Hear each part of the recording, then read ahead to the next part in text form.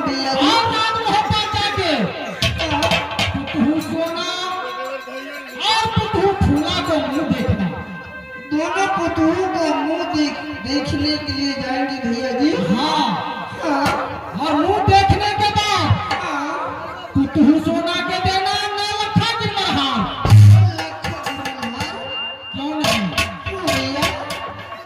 और पुतहू फूला को और मुंह पर थूक देना। थूक दे देंगे। हाँ, कैसे भैया? थूक इसलिए देना जैसे बेटी मेरा सूरज चंद्रा को है तारा को, ऐसे इसका मुंह का भी सूरत नहीं। भैया जी ये तो मैं जल्दी कर लूंगी भैया जी। क्यों? ये तो छोटी सी बात हुई भैया जी। ये तो बाएं दाएं की बात है भैया। क्यों मैं नहीं? तुरंत कर लूंगी। ये काम तुम्हें जाओ जल्द करो। वही रुदल सिंह जाएगा कहां पे बांध हो गया और सूरजा ने कमर बांध लिया है। हाँ, लड़ने के लिए तैयार है। वही रुदल सिंह जाएगा वहां तो चंद्रा को दौड़ा ले आएगा तुम्हारे पास। ठीक है भैया जी। भैया जी भैया जी प्रणाम भैया जी। ये मस्त रहो बहन। भैया मैं अभी खलींदर से रास्ता पकड़ लेती हूँ रात मोहब्बत को भैया जी। ठीक है, ठीक है भैया मैं अब से ये काम करूंगी। ठीक है, मैं जा रहा हूँ।